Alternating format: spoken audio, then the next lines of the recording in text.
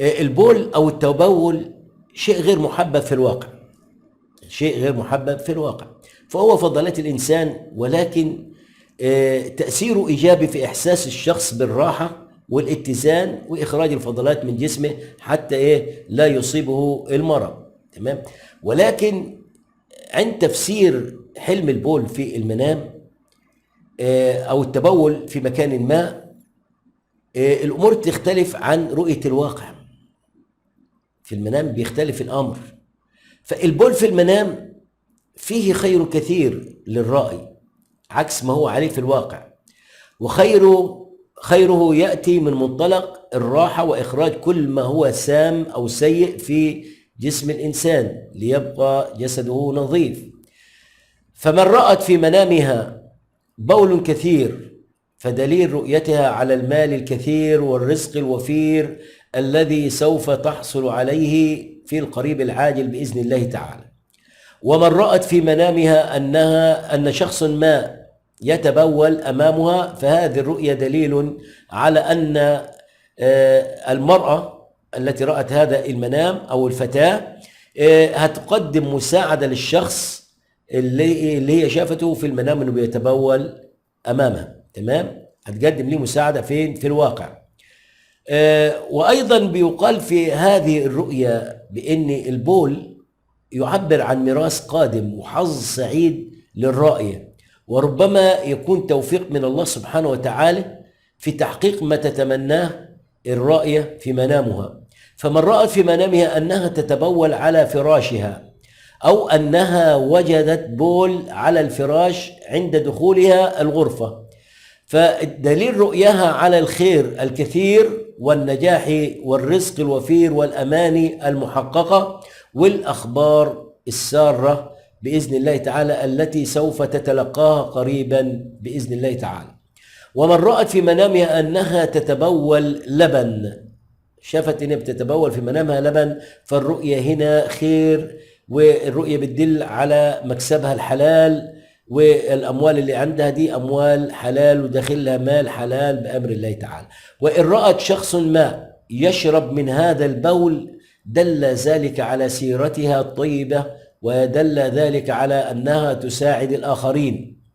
ومن رأت في منامها أنها تتبول نار أو ماء ساخن فهذه الرؤية في بعض الناس بتقول مش محمودة، ولكن بالعكس ده الرؤية دي محمودة جدا. ليه؟ من رأت في منامها أنها بتتبول ماء ساخن أو نار فهذا دليل على أن أحد أبنائها سوف يكون ذات شأن ويكون صالح. ابن من الأبناء هيكون صاحب شأن وهيكون من الصالحين. ومن رأت في منامها أنها تتبول طيور فهذا دليل على مدى برها لوالديها بقدر صفات هذه الطيور.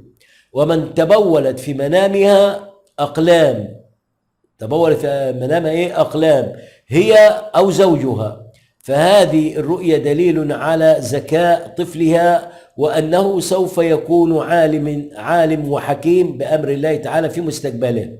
ومن رأت في منامها أنها تتبول أعشاب، خاصة إن كانت الأعشاب دي زعفران، فدليل رؤيتها الذرية بتاعتها هتكون ذرية صالحة بتاعتها هي وزوجها بأمر الله تعالى، ذريتهم هتكون صالحة، سواء رأت هي الرؤية دي المرأة المتزوجة أو الرجل المتزوج.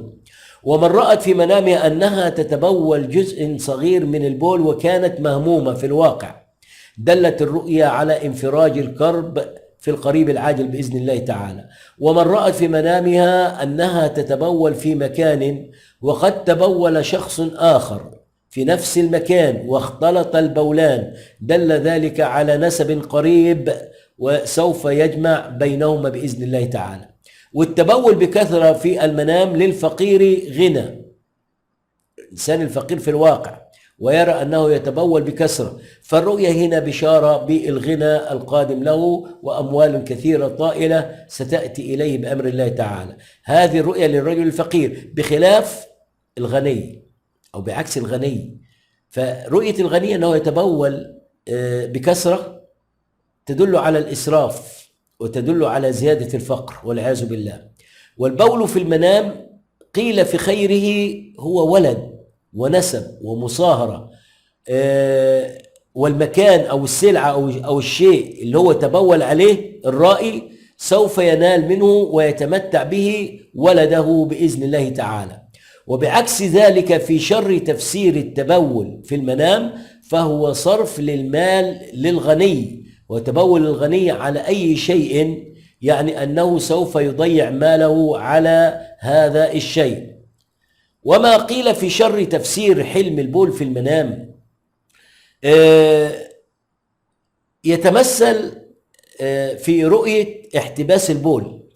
يتمثل يعني الحاجة الدلالات اللي هي سيئة في رؤية البول في المنام يتمثل في احتباس البول في المنام وعدم القدرة على التبول.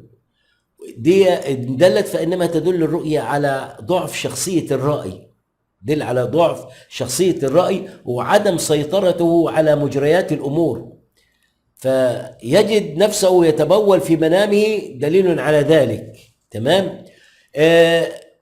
من رأت في منامها أنها تتبول ربما دلت الرؤيا على عدم سيطرتها على حياتها وتدخل أشخاص في حياتها وعدم قدرتها على اتخاذ القرارات السليمة واتكالها على الآخرين في اتخاذ القرارات لها.